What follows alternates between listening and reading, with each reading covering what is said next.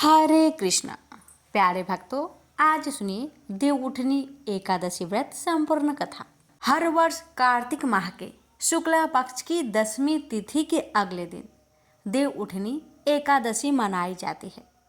इस दिन जगत के पालनहार भगवान विष्णु योग निद्रा से जागृत होते हैं। इससे पूर्व आषाढ़ माह के शुक्ला पक्ष की देवशयनी एकादशी तिथि से भगवान विष्णु क्षीर सागर में 4 महीने के लिए विश्राम करने चले जाते हैं। अतः आषाढ़ माह के शुक्ला पक्ष की एकादशी से लेकर कार्तिक माह के शुक्ला पक्ष की एकादशी तिथि तक चतुर्मास रहता है। शास्त्रों में चतुर्मास के दौरान शुभ कार्य करने की मनाही है। अतः इन 4 महीनों में कोई भी शुभ कार्य नहीं किया जाता है। इस साल हरि प्रबोधिनी एकादशी व्रत 12 नवंबर दिन मंगलवार को किया जाएगा। इस दिन सूर्य उदय पूर्व से ही एकादशी तिथि व्याप्त रहेगी और शाम 4:05 तक रहेगी। लेकिन उदया तिथि के नियम अनुसार पूरे दिन 12 तारीख को एकादशी मान्य रहेगी। इसलिए एकादशी व्रत का पारण 13 नवंबर को किया जाएगा। आइए भक्तों, जानते हैं देवउठनी एकादशी व्रत के नियम के बारे में। देव प्रबोधिनी एकादशी व्रत में 10वीं तिथि से ही स्वास्तिक आहार लेना चाहिए। लहसुन प्याज खाने वालों को 10वीं तिथि को ही इसका त्याग कर देना होता है और फिर एकादशी के दिन भर निर्जला व्रत होता है। शाम के समय भगवान विष्णु जी की पूजा करके फलाहार किया जा सकता है। जो लोग चतुर्मास में भगवान विष्णु को शयन करवाते हैं वह देव प्रबोधिनी एकादशी के दिन देव को जगाते हैं, भगवान को स्नान कराकर नवीन वस्त्र पहनाते हैं। व्रतियों के लिए नियम ये भी है कि इस रात जागरण करते हुए भगवान का भजन कीर्तन करें और अगले दिन द्वादशी तिथि को ब्राह्मणों को भोजन करवाकर उन्हें दक्षिणा देना चाहिए। फिर अन्न जल ग्रहण करना चाहिए। इस प्रकार से देव प्रबोधिनी एकादशी का व्रत करने से श्री हरि विष्णु जी की परम कृपा होती है। आइए भक्तों, जानिए देवउठनी एकादशी व्रत के तिथि के बारे में।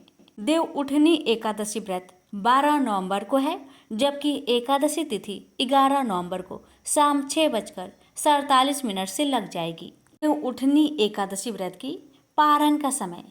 देवउठनी एकादशी व्रत का पारण 13 नवंबर को द्वादशी तिथि में सुबह 9:30 तक कर लेना उत्तम रहेगा।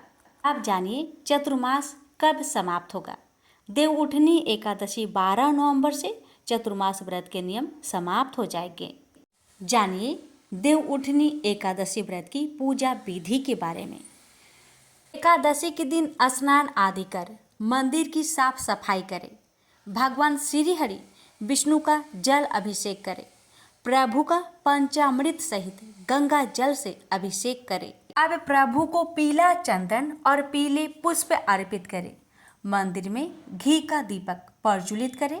संभव हो तो व्रत रखें और व्रत लेने का संकल्प करें। देवउठनी एकादशी की व्रत कथा का पाठ करें। ओम नमो भगवते वासुदेवाय मंत्र का जाप करें। पूरी श्रद्धा के साथ भगवान श्री हरि विष्णु और लक्ष्मी जी की आरती करें।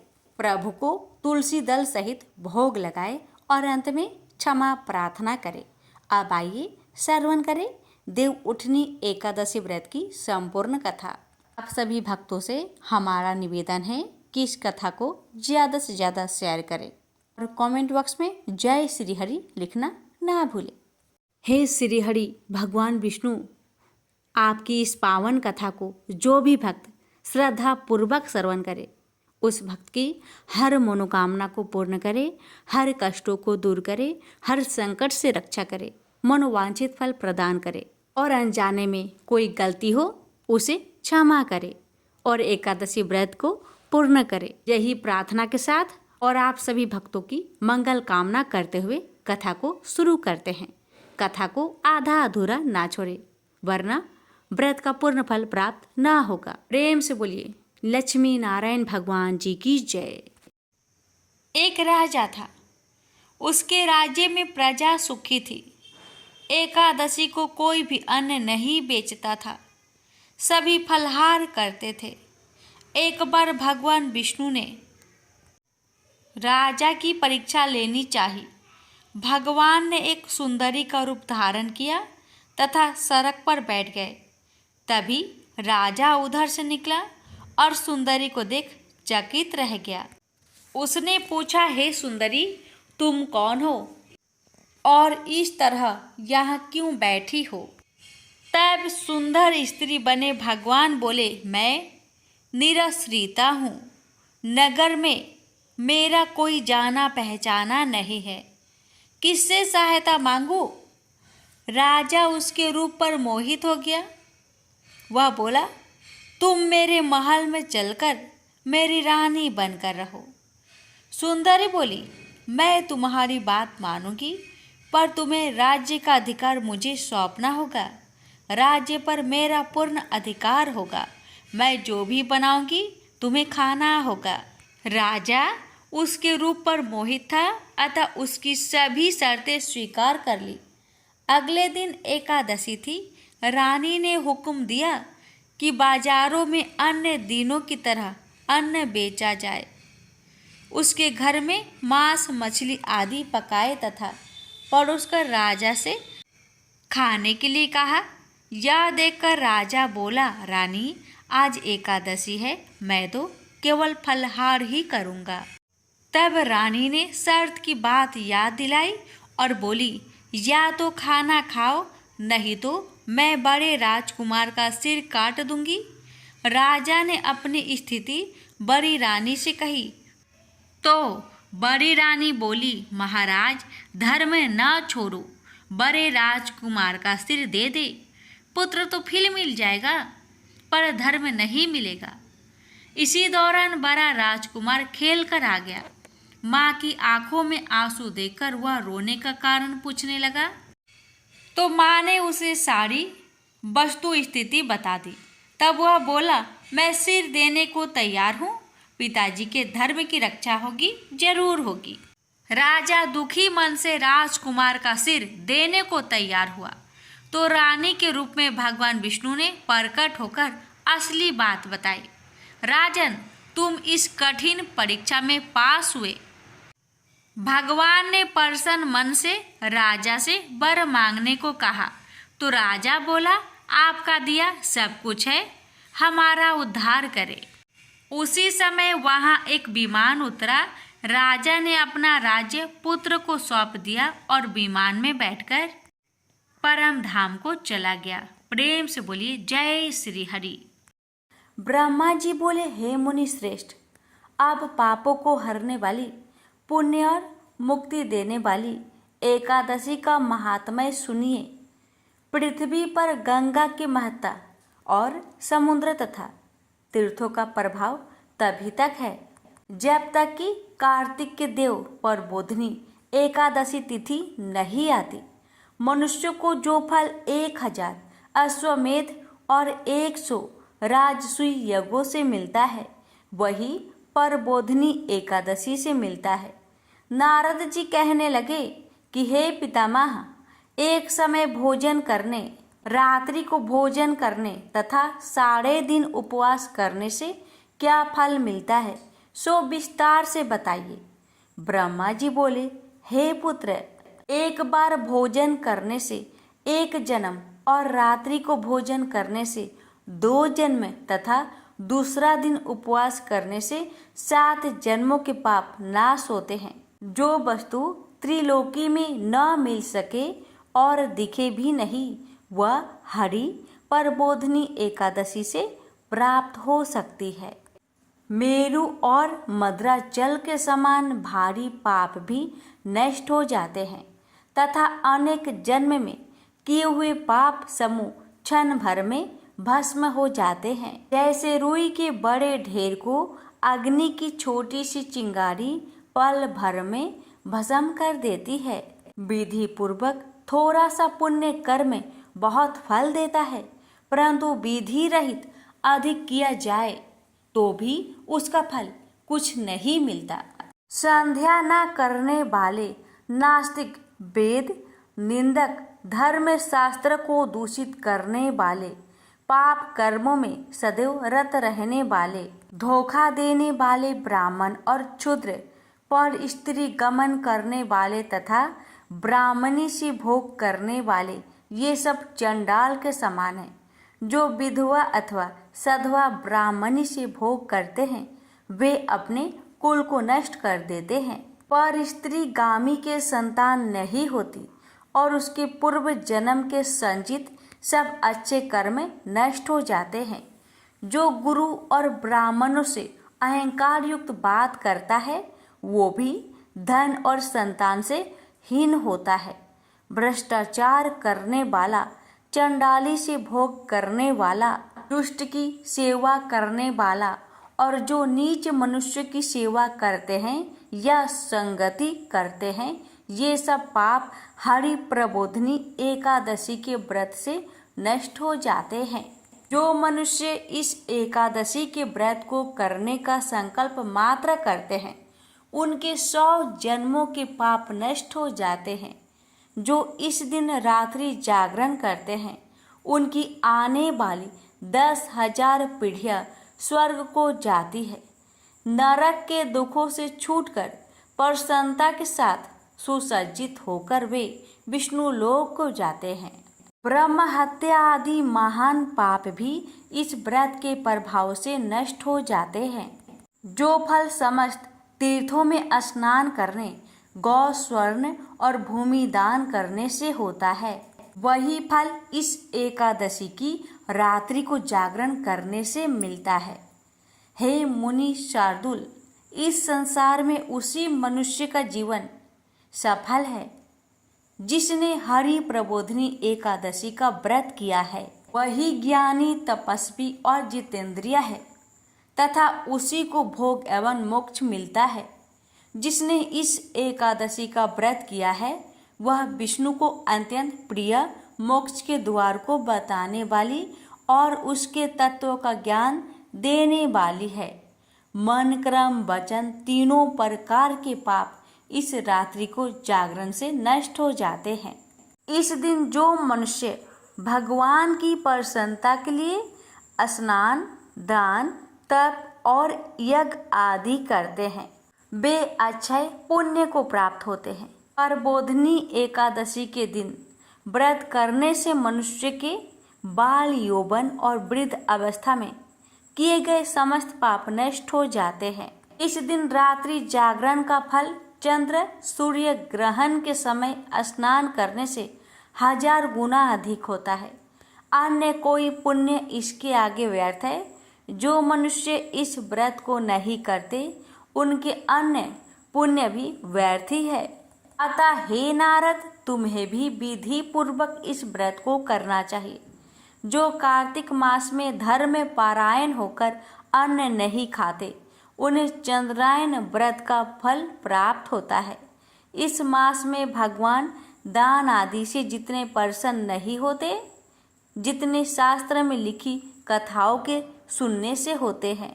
कार्तिक मास में जो भगवान विष्णु की कथा का एक या आधा श्लोक भी पढ़ते, सुनते या सुनाते हैं उनको भी 100 गायों के दान के बराबर फल मिलता है। अतः अन्य सब कर्मों को छोड़कर कार्तिक मास में मेरे सम्मुख बैठकर कथा पढ़नी या सुननी चाहिए।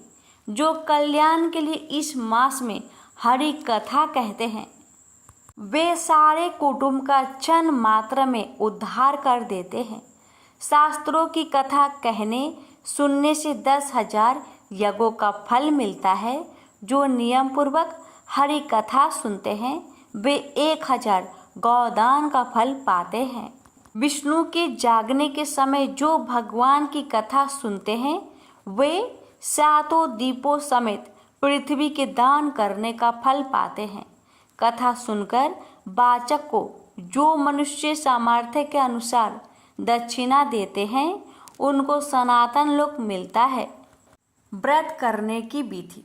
ब्रह्मा जी की यह बात सुनकर नारद जी ने कहा कि भगवान, इस एकादशी की व्रत की विधि हमसे कहिए और बताइए कि कैसा व्रत करना चाहिए। इस पर ब्रह्मा जी ने कहा कि ब्रह्म मुहूर्त में जब 2 घड़ी रात्रि रह जाए तब उठकर शौच आदि से निवृत्त होकर दंत धावन आदि कर नदी, तालाब, कुआं, बावड़ी या घर में ही जैसा संभव हो स्नान आदि करे। फिर भगवान की पूजा करके कथा सुने। फिर व्रत का नियम ग्रहण करना चाहिए। उस समय भगवान से प्रार्थना करे कि हे भगवान, आज मैं निराहार रहकर व्रत करूंगा, आप मेरी रक्षा कीजिए।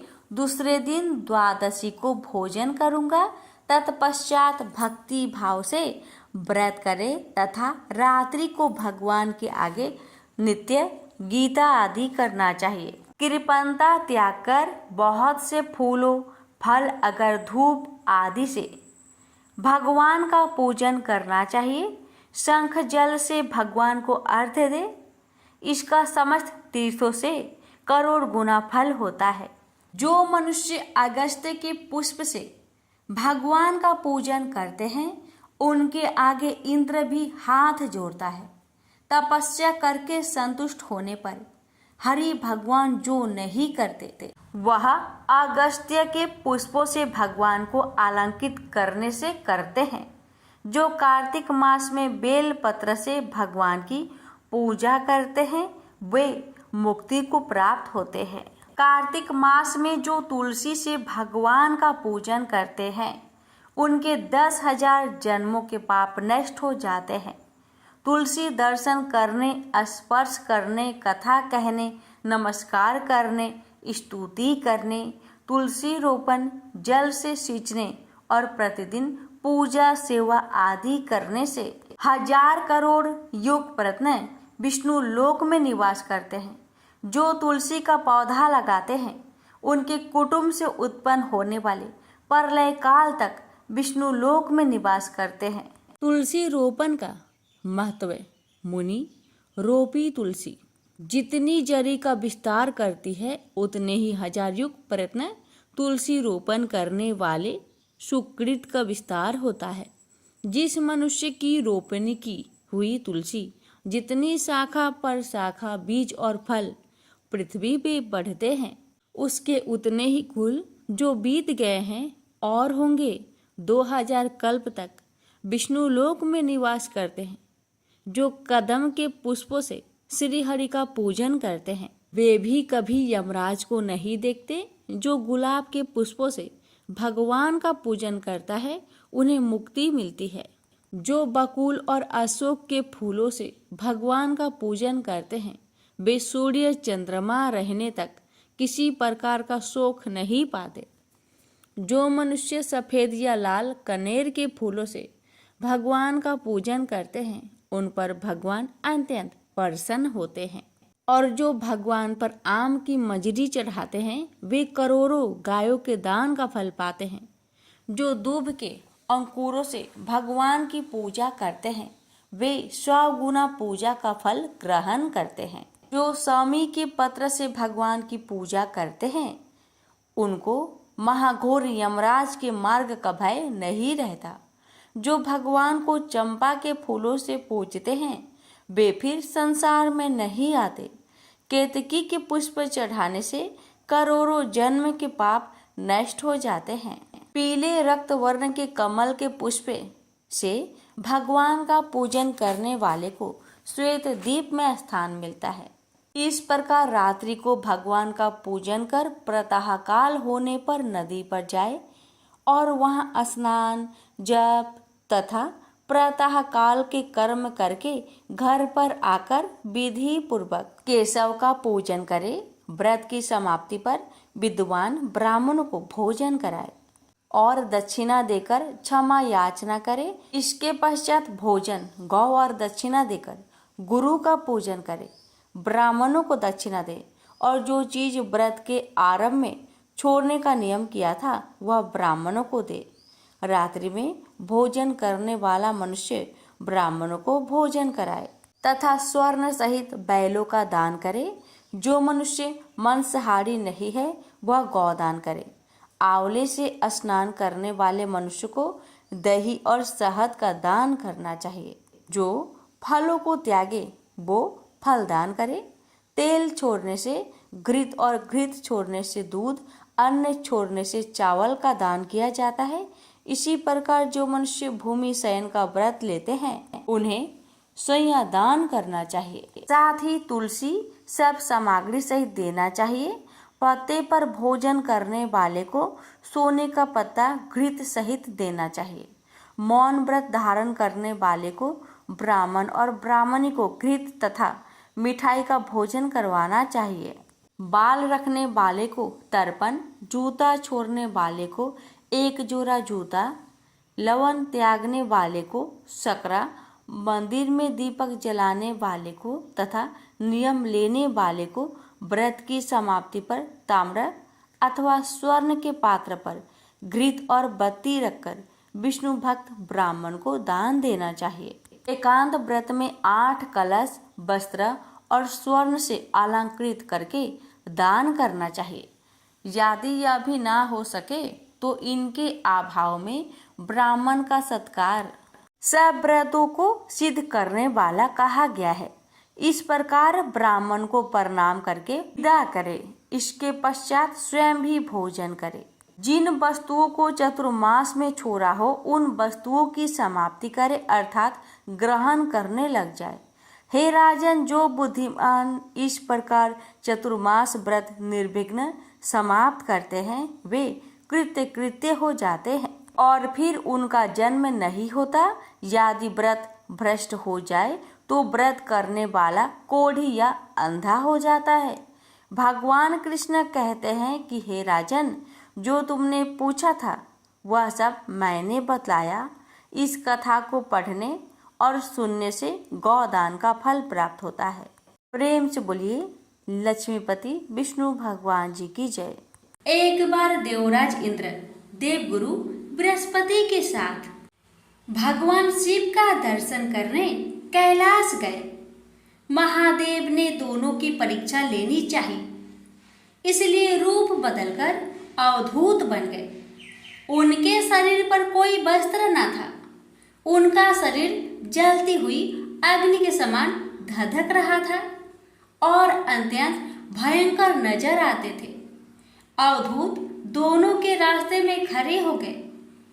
इंद्र ने एक विचित्र पुरुष को रास्ते में खड़े देखा तो चौंके। इंद्र को देवराज होने पर गर्व घेरने लगा। उन्होंने उस भयंकर पुरुष से पूछा, तुम कौन हो? भगवान शिव अभी कैलाश पर विराज रहे हैं या कहीं भ्रमण पर है? मैं उनके दर्शन के लिए आया हूँ। इंद्र ने कई प्रश्न किए लेकिन वह पुरुष योगियों के समान मौन ही रहे। इंद्र को लगा कि एक साधारण प्राणी उनका अपमान कर रहा है। उनके मन में देवराज होने का अहंकार उपजा जो क्रोध में बदल गया। इंद्र ने कहा, मेरे बराबर अनुरोध करने पर भी तू कुछ नहीं बोलकर मेरा अपमान कर रहा है। मैं तुझे अभी दंड देता हूँ। ऐसा कहकर इंद्र ने वज्र उठा लिया। भगवान शिव ने वज्र को उसी समय अस्तंभित यानी जड़ कर दिया। इंद्र की बाह अकड़ गई। भगवान अवधूत क्रोध से लाल हो गए। बृहस्पति उनके चेहरे पर आई क्रोध की ज्वाला को देखकर समझ गए कि ऐसा प्रचंड स्वरूप महादेव के अतिरिक्त किसी का नहीं हो सकता। बृहस्पति शिव स्तुति गाने लगे। उन्होंने इंद्र को भी महादेव के चरणों में लेटा दिया और बोले, प्रभु, इंद्र आपके चरणों में पड़े हैं, आपके शरणागत है। आपके ललाट से प्रकट अग्नि इन्हें जलाने को बढ़ रही है। हम शरणागतों की रक्षा करें। बृहस्पति ने विनती की, प्रभु, भक्तों पर आपकी सदा कृपा बरसती है। आप भक्त वत्सल और सर्वसम्मत है। आप इस तेज को कहीं और स्थान दे दीजिए ताकि इंद्र के प्राणों की रक्षा हो। भगवान रुद्र ने कहा, बृहस्पति, मैं तुम पर बहुत प्रसन्न हूँ। इंद्र को जीवन दान देने के कारण तुम्हारा एक नाम जीव भी होगा। मेरे तीसरे नेत्र से प्रकट इस अग्नि का ताप देवता सहन नहीं कर सकते, इसलिए मैं इसको बहुत दूर छोड़ूंगा। महादेव ने उस तेज को हाथ में धारण कर समुद्र में फेंक दिया। वहां फेंके जाते ही भगवान शिव का वह तेज तत्काल एक बालक के रूप में परिवर्तित हो गया। सिंधु से उद्भव होने के कारण उसका नाम सिंधु पुत्र जलंधर प्रसिद्ध हुआ। जलंधर जिसका नाम शंखचूड़ भी हुआ, शिव के तेज से उत्पन्न हुआ था। इस कारण परम शक्तियों से संपन्न था। वह देवों से भी ज्यादा शक्तिवान था। वह उस तेज से पैदा हुआ था जो इंद्र को समाप्त करने वाला था। इसलिए असुरों ने उसे अपना राजा बनाया। अवधूत रूप में यह लीला करने के बाद महादेव अंतर्ध्यान हो गए। इंद्र के गर्व का भंजन भी हुआ, भगवान के दर्शन भी हो गए। तुलसी से जुड़ी एक कथा बहुत प्रचलित है। श्रीमद् देवी भागवत पुराण में इनके अवतरण की दिव्य लीला कथा भी बनाई गई है। एक बार शिव ने अपने तेज को समुद्र में फेंक दिया था। उससे एक महातेजस्वी बालक ने जन्म लिया। यह बालक आगे चलकर जालांधर के नाम से पराक्रमी दैत्य राजा बना।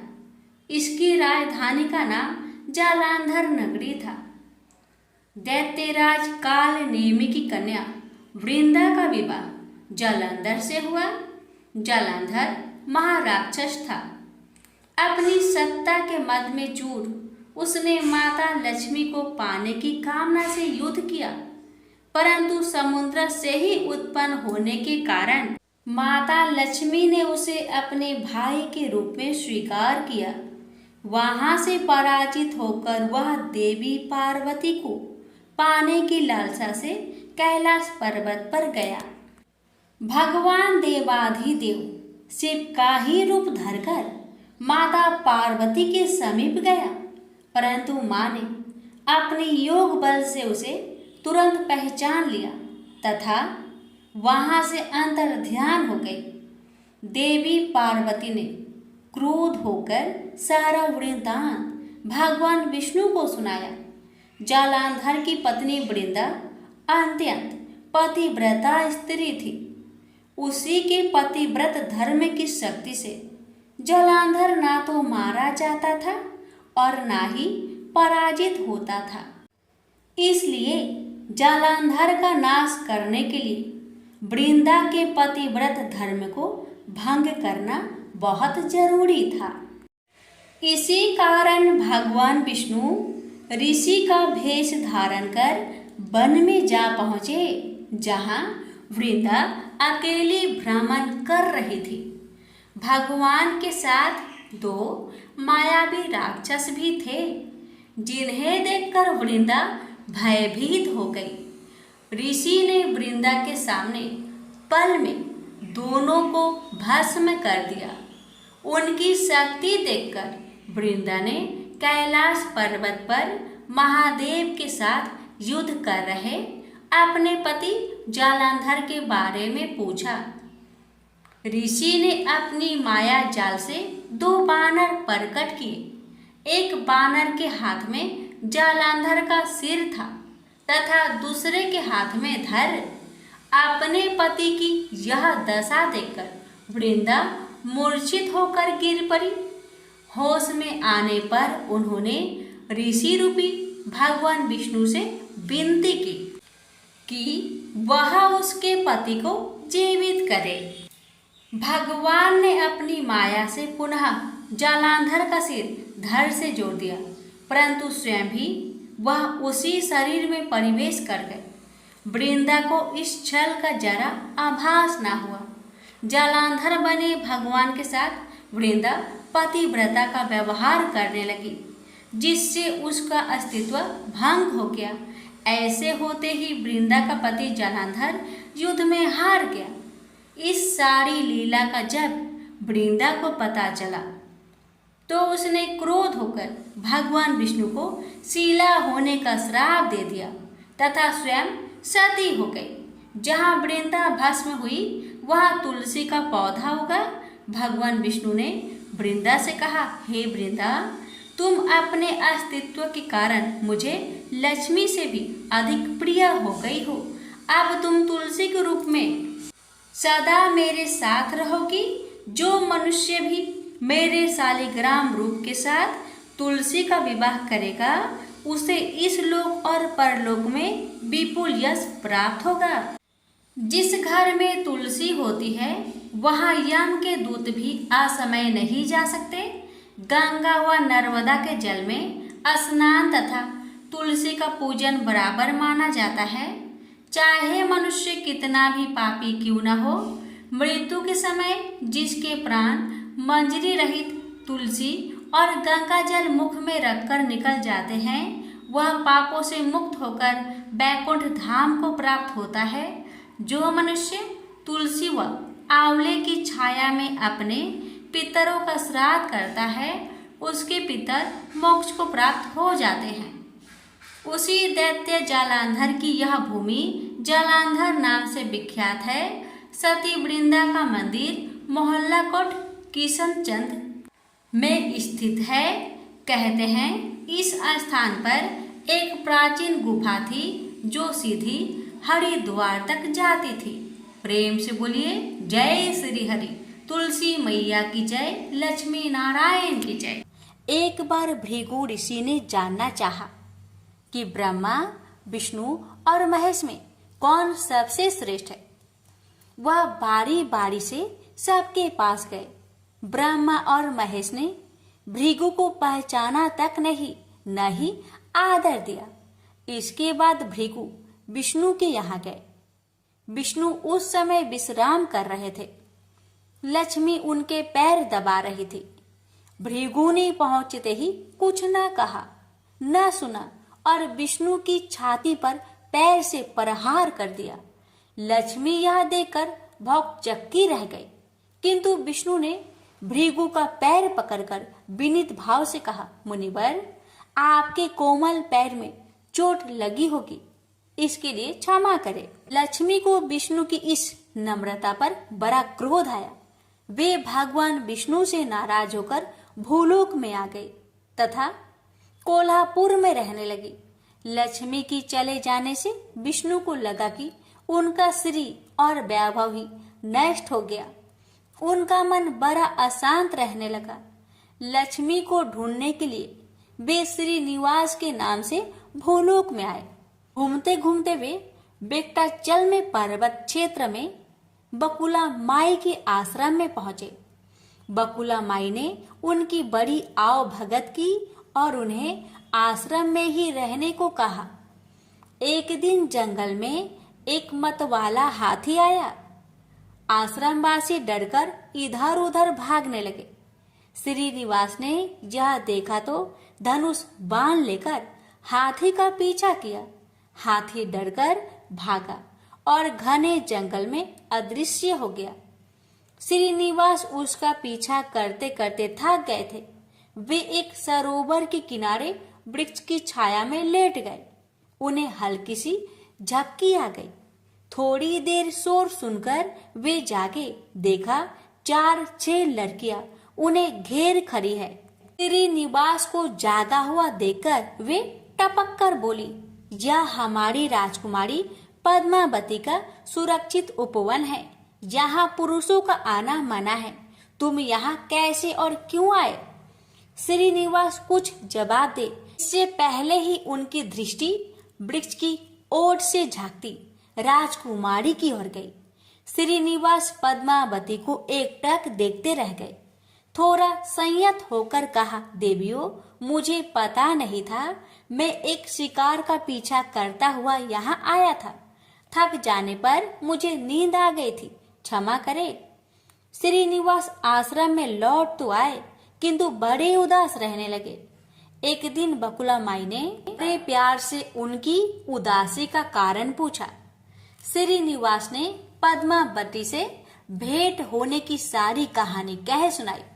फिर कहा, उसके बिना मैं नहीं रह सकता। बकुला माई बोली, ऐसा सपना मत देखो। कहा वह प्रतापी चोल नरेश आकाश राज की बेटी, और कहा तुम आश्रम में पलने बाड़े एक कुल गोत्रहीन युवक। निवास बोले, माँ एक उपाय है, तुम मेरा साथ दो तो सब संभव है। बकुला माई ने श्रीनिवास का सच्चा प्यार देखकर हाँ कर दी। श्रीनिवास ज्योतिष जानने वाली औरत का भेष बनाकर राजा आकाश की राजधानी नारायणपुर पहुंचे। उसकी चर्चा सुन पद्मावती ने भी उस औरत को महल में बुलाकर अपना हाथ दिखाया। राजकुमारी की हस्तरेखा देखकर वह बोली, राजकुमारी कुछ दिन पहले तुम्हारी भेंट तुम्हारे सुरक्षित उद्यान में किसी युवक से हुई थी। तुम दोनों की दृष्टि मिली थी। उस युवक से तुम्हारी शादी का योग बनता है। पद्मावती की माँ धारणा देवी ने पूछा, यह कैसे हो सकता है? ज्योतिषी औरत बोली, ऐसा ही योग है। ग्रह कहते हैं कोई औरत अपने बेटे के लिए आपकी बेटी मांगने स्वयं आएगी। 2 दिन बाद सचमुच ही बकुला माई एक तपस्विनी का भेष में राजमहल में आई। उसने अपने युवा बेटे के साथ पद्मावती का विवाह की चर्चा की। राजा आकाश ने बकुला माई को पहचान लिया। उन्होंने पूछा, वह युवक कौन है? बकुला माई बोली, उसका नाम श्रीनिवास है। वह चंद्र वंश में पैदा हुआ है, मेरे आश्रम में रह रहा है, मुझे माँ की तरह मानता है। राजा आकाश ने कुछ सोचकर उत्तर देने के लिए कहा। बकुला माई के चले जाने पर आकाश ने राज पुरोहित को बुलाकर सारी बात बताई। राज पुरोहित ने गणना की, फिर अपनी सहमति देते हुए कहा, महाराज श्रीनिवास में विष्णु जैसा देवगुण है। लक्ष्मी जैसी आपकी बेटी के लिए यह बड़ा सुयोग है। राजा आकाश ने तुरंत बकुला माई की यहाँ अपनी स्वीकृति के साथ विवाह की लग्न पत्रिका भेज दी। बकुला माई अब चिंतित हो उठी। वह श्रीनिवास से बोली, बेटा अब तक तो विवाह की ही चिंता थी, अब पैसे न होने की चिंता है। मैं वाराह स्वामी के पास जाती हूँ, उनसे पूछती हूँ कि क्या किया जाए। बकुला माई श्रीनिवास को लेकर वराह स्वामी के पास गई और श्रीनिवास के विवाह के लिए धन की समस्या बताई। तो वराह स्वामी ने 8 दिक्पालों इंद्र, कुबेर, ब्रह्मा, शंकर आदि देवताओं को अपने आश्रम में बुलवाया। फिर श्रीनिवास को बुलवाकर कहा, तुम स्वयं इन्हें अपनी समस्या बताओ। श्रीनिवास ने देवताओं से कहा, मैं चोल नरेश राजा आकाश की बेटी पद्मावती से विवाह करना चाहता हूँ। मेरी हैसियत राजा के अनुरूप नहीं है, मेरे पास धन नहीं है, मैं क्या करूँ? इंद्र ने देवताओं के कोषाध्यक्ष कुबेर से कहा, कुबेर इस काम के लिए तुम श्रीनिवास को ऋण दो। कुबेर ने कहा, ऋण तो मैं दे दूंगा, पर उसे यह वापस कब और कैसे करेंगे, इसका निर्णय होना चाहिए। श्रीनिवास बोले, इसकी चिंता मत कीजिए, कलयुग के अंत में मैं सब ऋण चुका दूंगा। कुबेर ने स्वीकार कर लिया। सब देवताओं की साक्षी में श्रीनिवास ने ऋण पत्र लिख दिया। उस धन से श्रीनिवास और पद्मावती का विवाह बड़ी धूमधाम से हुआ। तभी नारद ने कोल्हापुर जाकर लक्ष्मी को बताया, विष्णु ने श्रीनिवास के रूप में पद्मावती से विवाह कर लिया है। दोनों वेंकटाचलम पर्वत पर रह रहे हैं। यह सुनकर लक्ष्मी को बड़ा दुख हुआ। वह सीधे वेंकटाचलम पहुंची, विष्णु की सेवा में लगी, पद्मावती को भला बुरा कहने लगी। श्रीनिवास विष्णु रूप मेरे पति हैं, तुमने इनके साथ विवाह क्यों किया? दोनों में वाक युद्ध होने लगा तो श्रीनिवास को बड़ा दुख हुआ। वे पीछे हटे और पत्थर की मूर्ति के रूप में बदल गए। जब दोनों देवियों ने यह देखा तो उन्हें बड़ा दुख हुआ कि श्रीनिवास तो अब किसी के न रहे। इतने में शीला विग्रह से आवाज आई, देवियों, अब मैं इस पत्थर पर वेंकटेश्वर स्वामी के नाम से अपने भक्तों का अभिष्ट पूरा करता रहूंगा। उनसे प्राप्त चढ़ावे के धन द्वारा कुबेर के कर्ज का ब्याज चुकाता रहूंगा। इसलिए तुम दोनों मेरे लिए आपस में झगड़ा मत करो। शीला विग्रह से यह बानी सुनते ही लक्ष्मी और पद्मावती दोनों ने सिर झुका लिया। लक्ष्मी कोल्हापुर आकर महालक्ष्मी के रूप में प्रतिष्ठित हो गई और पद्मावती तिरुनाचूर में शीला विग्रह के रूप में स्थित हो गई। आज भी तिरुपति क्षेत्र में तिरुमाला पहाड़ी पर भगवान वेंकटेश्वर स्वामी के दर्शन हेतु भक्त गणों से इसी भाव से शुल्क लिया जाता है। उनकी पूजा पुष्प मिष्ठान आदि से ना होकर धन द्रव्य से होती है। इसी धन से भगवान श्रीनिवास वेंकटेश्वर स्वामी कुबेर का कर्ज चुका रहे हैं।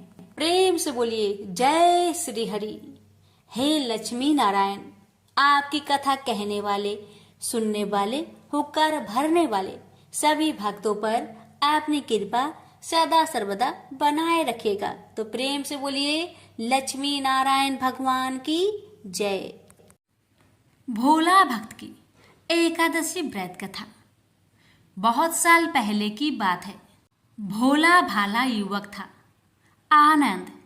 दिन भर कोई काम नहीं करता, बस खाता ही रहता और सोए रहता। घर वालों ने कहा, चलो जाओ निकलो घर से, कोई काम धाम करते नहीं हो, बस पड़े रहते हो। वह घर से निकलकर यूं ही भटकते हुए एक आश्रम पहुंचा। वहां उसने देखा कि एक गुरुजी हैं। उनके शिष्य कोई काम नहीं करते, बस मंदिर की पूजा करते हैं। उसने मन में सोचा, यह बढ़िया है, कोई काम धाम नहीं, बस पूजा ही तो करना है। गुरुजी के पास जाकर पूछा, क्या मैं यहाँ रह सकता हूँ? गुरुजी बोले, हाँ हाँ, क्यों नहीं, लेकिन मैं कोई काम नहीं कर सकता हूँ। गुरुजी बोले, कोई काम नहीं करना है, बस पूजा करना होगा। आनंद बोला, ठीक है, वह तो मैं कर लूँगा। अब आनंद महाराज आश्रम में रहने लगे। ना कोई काम ना कोई धाम, बस सारा दिन खाते रहो और प्रभु भक्ति में भजन गाते रहो। महीना भर हो गया। फिर एक दिन आई एकादशी। उसने रसोई में जाकर देखा, खाने की कोई तैयारी नहीं। उसने गुरुजी से पूछा, आज खाना नहीं बनेगा क्या? गुरुजी ने कहा, नहीं, आज तो एकादशी है, तुम्हारा भी उपवास है। उसने कहा, नहीं, अगर हमने उपवास कर लिया तो कल का दिन हम नहीं देख पाएंगे। हम नहीं कर सकते उपवास, हमें तो भूख लगती है। आपने पहले क्यों नहीं बताया? गुरुजी ने कहा, ठीक है, तुम ना करो उपवास, पर खाना भी तुम्हारे लिए कोई और नहीं बनाएगा, तुम खुद बना लो। बेचारा मरता क्या ना करता। गया रसोई में। गुरुजी फिर आए, देखो, अगर तुम खाना बना लो तो राम जी को भोग जरूर लगा लेना और नदी के उस पार जाकर बना लो रसोई। ठीक है। लकड़ी, आटा, तेल, घी, सब्जी लेकर आनंद महाराज चले गए। जैसा तैसा खाना भी बनाया। खाने लगा तो याद आया, गुरुजी ने कहा था कि राम जी को भोग लगाना है। लगा भजन गाने, आओ मेरे राम जी भोग लगाओ जी, प्रभु राम आइए, श्री राम आइए, मेरे भोजन का भोग लगाइए। कोई ना आया तो बेचैन हो गया कि यहाँ तो भूख लग रही है और राम जी आ ही नहीं रहे। भोला मानस जानता नहीं था कि प्रभु साक्षात तो आएंगे नहीं, पर गुरुजी की बात मानना जरूरी है। फिर उसने कहा, देखो प्रभु राम जी, मैं समझ गया कि आप क्यों नहीं आ रहे हैं। मैंने रूखा सूखा बनाया है और आपको तरमाल खाने की आदत है, इसलिए नहीं आ रहे हैं। ऐसी बात है तो सुनो प्रभु जी, आज वहाँ भी कुछ नहीं बना है, सबको एकादशी है। खाना हो तो यह भोग ही खा लो। श्री राम अपने भक्त की सरलता पर बड़े मुस्कुराए और माता सीता के साथ प्रकट हो गए। भक्त असमंजस में, गुरुजी ने तो कहा था कि राम जी आएंगे, पर यहाँ तो माता सीता भी आई है और मैंने तो भोजन बस 2 लोगों का बनाया है। चलो कोई बात नहीं, आज इन्हें ही खिला देते हैं। बोला प्रभु, मैं भूखा रह गया, लेकिन मुझे आप दोनों को देखकर बड़ा अच्छा लग रहा है। लेकिन अगली एकादशी पर ऐसा ना करना, पहले बता देना कि आप कितने जन आ रहे हो, और हाँ, थोड़ा जल्दी आ जाना। राम जी उसकी बात पर बड़े मुंदित हुए, प्रसाद ग्रहण कर चले गए। अगली एकादशी तक यह भोला मानस सब भूल गया। उसे लगा प्रभु ऐसे ही आते होंगे और प्रसाद ग्रहण करते होंगे। फिर एकादशी आई। गुरुजी से कहा, मैं चला अपना खाना बनाने, पर गुरुजी थोड़ा ज़्यादा अनाज लगेगा, वहाँ 2 लोग आते हैं। गुरुजी मुस्कुराए, भूख के मारे बावला है, ठीक है ले जा और अनाज ले जा। आपकी बार उसने 3 लोगों का खाना बनाया। फिर गुहार लगाई, प्रभु राम आइए, सीता राम आइए, मेरे भोजन का भोग लगाइए। प्रभु की महिमा भी निराली है। भक्त के साथ कौतुक करने में उनको बड़ा ही मजा आता है। इस बार वे अपने भाई लक्ष्मण, भरत, शत्रुघ्न और हनुमान जी को लेकर आ गए। भक्त को चक्कर आ गया। यह क्या हुआ? 1 का भोजन बनाया तो 2 आए, आज 2 का खाना ज्यादा बनाया तो पूरा खानदान आ गया। लगता है आज भी भूखा ही रहना पड़ेगा। सबका भोजन लगाया और बैठे बैठे देखता रहा। अनजाने ही उसकी भी एकादशी हो गई। फिर अगली एकादशी आने से पहले गुरुजी से कहा, गुरुजी, ये आपके प्रभु राम जी अकेले क्यों नहीं आते? हर बार कितने सारे लोग ले आते हैं, इस बार अनाज ज़्यादा देना। गुरुजी को लगा कहीं यह अनाज बेचता तो नहीं, देखना पड़ेगा जाकर। भंडार में कहा, इसे जितना अनाज चाहिए दे दो, और छुपकर उसे देखने चल पड़े। इस बार आनंद ने सोचा, खाना पहले नहीं बनाऊंगा, पता नहीं कितने लोग आ जाए, पहले बुला लेता हूँ फिर बनाता हूँ। फिर टेर लगाई, प्रभु राम आइए, श्री राम आइए, मेरे भोजन का भोग लगाइए। सारा राम दरबार मौजूद। इस बार तो हनुमान जी भी साथ आए, लेकिन ये क्या, प्रसाद तो तैयार ही नहीं है। भक्त ठहरा भोला भाला, बोला, प्रभु इस बार मैंने खाना नहीं बनाया। प्रभु ने पूछा, क्यों? बोला, मुझे मिलेगा तो है नहीं, फिर क्या फायदा बनाने का, आप ही बना लो और खुद ही खा लो। राम जी मुस्कुराए, सीता माता भी गदगद हो गई उसके मासूम जवाब से। लक्ष्मण जी बोले, क्या करे प्रभु? प्रभु बोले, भक्त की इच्छा है, पूरी तो करनी पड़ेगी, चलो लग जाओ काम से। लक्ष्मण जी ने लकड़ी उठाई, माता सीता आटा सानने लगी। भक्त एक तरफ बैठकर देखता रहा। माता सीता रसोई बना रही थी तो कई ऋषि मुनि, यक्ष, गंधर्व प्रसाद लेने आने लगे। इधर गुरुजी ने देखा खाना तो बना नहीं, भक्त एक कोने में बैठा है। पूछा, बेटा क्या बात है, खाना क्यों नहीं बनाया? बोला, अच्छा किया गुरुजी आप आ गए, देखिए कितने लोग आते हैं प्रभु के साथ। गुरुजी बोले, मुझे तो कुछ नहीं दिख रहा तुम्हारे और अनाज के सिवा।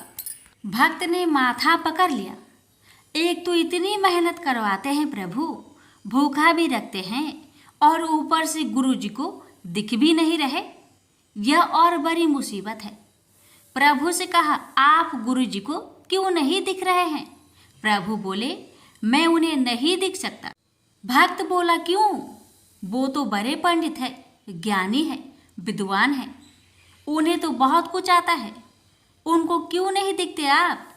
प्रभु बोले, माना कि उनको सब आता है, पर वे सरल नहीं है तुम्हारी तरह, इसलिए उनको नहीं दिख सकता। आनंद ने गुरुजी से कहा, गुरुजी, प्रभु कह रहे हैं आप सरल नहीं है, इसलिए आपको नहीं दिखेंगे। गुरुजी रोने लगे। वाकई मैंने सब कुछ पाया पर सरलता नहीं पा सका तुम्हारी तरह। और प्रभु तो मन की सरलता से ही मिलते हैं। प्रभु प्रकट हो गए और गुरुजी को भी दर्शन दिए। इस तरह एक भक्त के कहने पर प्रभु ने रसोई भी बनाई। प्रेम से बोलिए सीताराम की जय, लक्ष्मी नारायण की जय। गणेश जी और मालिन की कथा। एक बार एक नगर में एक मालिन रहती थी। उसके पति चल बसे थे। उसका एक 4 साल का पुत्र था। उसकी सास कठोर हृदय की स्त्री थी। वह बहू को बहुत तकलीफ देती थी। एक दिन सास ने बहू और पोते को घर से निकाल दिया। वे दोनों रोते हुए चलते चलते एक जंगल में जा पहुंचे। वहां एक बड़े पेड़ के नीचे बैठ गए। वहां से थोड़ी दूर पर एक गणेश जी का मंदिर था। वहां बहुत लोग गणेश जी के दर्शन करने आते थे। दर्शन करके गणेश जी को प्रसाद चढ़ाते, फिर वह प्रसाद सबको बांट देते थे। इस प्रसाद से माँ बेटे का गुजारा होने लगा। दोनों गणेश जी की पूजा पाठ में लग गए। एक दिन उन्होंने सोचा क्यों ना हम भी जंगल से फूल लाकर बेचें। वे रोज जंगल से फूल लाकर उसकी माला बनाकर बेचने लगे। साथ में पूजा की सामग्री और प्रसाद भी बेचने लगे। इससे उनको आमदनी होने लगी। गणेश जी की कृपा से आमदनी बढ़ने लगी। जल्दी ही उन्होंने एक मकान और एक दुकान बना लिया। एक राजा की लड़की मंदिर में रोज पूजा करने आती थी। मालिन के बेटे को देखकर राजकुमारी उस पर मोहित हो गई और उससे विवाह करने की सोचने लगी। उसने अपनी भाभी से अपने मन की बात कही। भाभी अनुभवी थी। उसने कहा, ये तो मालिन का बेटा है और तुम एक राजा की बेटी हो। यदि तुमने उससे विवाह किया तो तुम्हारी बहुत बेइज्जती होगी। पर राजकुमारी अपनी बात पर अड़ी रही। उसने कहा, मैंने तो प्रतिज्ञा कर ली है कि उसी से विवाह करूंगी। भाभी ने घर जाकर सारी बात राजा को बता दी। राजा ने मना नहीं किया और विवाह के लिए तैयार हो गए। उन्होंने बड़े धूमधाम से बेटी का विवाह मालिन के बेटे के साथ कर दिया। मालिन ने सबसे पहले बेटे बहू को गणेश जी की मंदिर में ले जाकर पूजा पाठ करवाया और गणेश जी का आशीर्वाद दिलवाया।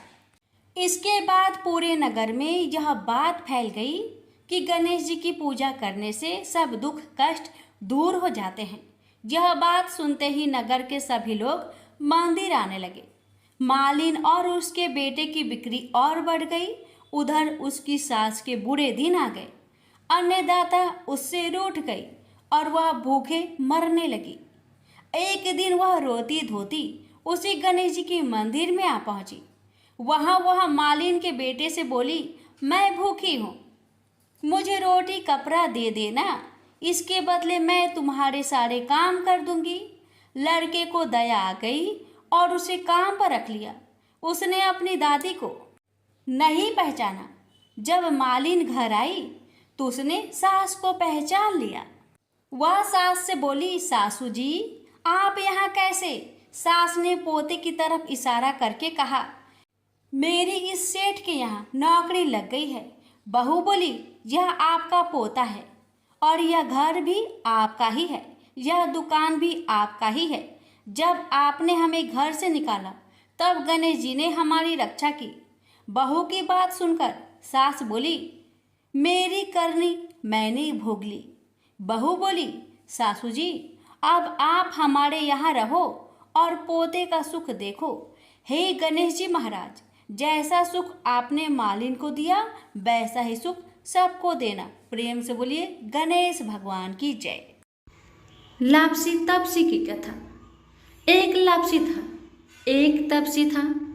तपसी हमेशा भगवान की तपस्या में लीन रहता था। लापसी रोजाना 1.25 सेर की लापसी बनाकर भगवान का भोग लगाकर जीम लेता था। एक दिन दोनों लड़ने लगे। लप्सी बोला, मैं रोज भगवान की तपस्या करता हूँ, इसलिए मैं बड़ा हूँ। लप्सी बोला कि मैं रोज भगवान को सवा सेर लापसी का भोग लगाता हूँ, इसलिए मैं बड़ा हूँ। नारद जी वहां से गुजर रहे थे। दोनों को लड़ता देखकर उनसे पूछा कि क्यों तुम लड़ रहे हो। लप्सी ने खुद को बड़ा होने का कारण बताया और तपसी ने अपना कारण बताया। नारद जी बोले, तुम्हारा फैसला मैं कर दूंगा। दूसरे दिन लप्सी और तपसी नहाकर अपनी रोज की भक्ति करने आए तो नारद जी ने छुपकर 1.25 करोड़ की एक एक अंगूठी उन दोनों के आगे रख दी। तपसी की नजर जब अंगूठी पर पड़ी तो उसने चुपचाप अंगूठी उठाकर अपने नीचे दबा ली। लप्सी की नजर अंगूठी पर पड़ी लेकिन उसने ध्यान नहीं दिया। भगवान को भोग लगाकर लापसी खाने लगा। नारद जी सामने आए तो दोनों ने पूछा कि कौन बड़ा। तो नारद जी ने तपसी को खड़ा होने को कहा। वो खड़ा हुआ तो उसके नीचे दबी अंगूठी दिखाई पड़ी। नारद जी ने तपसी से कहा, तपस्या करने के बाद भी तुम्हारी चोरी करने की आदत नहीं गई, इसलिए लप्सी बड़ा है और तुम्हें तुम्हारी तपस्या का कोई भी फल नहीं मिलेगा। तपसी शर्मिंदा होकर माफी मांगने लगा।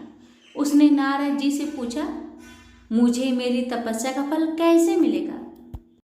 नारद जी ने कहा, यदि कोई गाय और कुत्ते की रोटी नहीं बनाएगा तो फल तुझे मिलेगा। यदि कोई ब्राह्मण को भोजन करवाकर दक्षिणा नहीं देगा तो फल तुझे मिलेगा।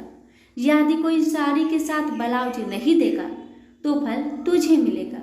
यदि कोई दिए से दिया जलाएगा तो फल तुझे मिलेगा। यदि कोई सारी कहानी सुने लेकिन तुम्हारी कहानी नहीं सुने तो फल तुझे मिलेगा। उसी दिन से हर व्रत कथा कहानी के साथ लप्सी तपसी की कहानी भी सुनी और कही जाती है। प्रेम से बोलिए लक्ष्मी नारायण की जय।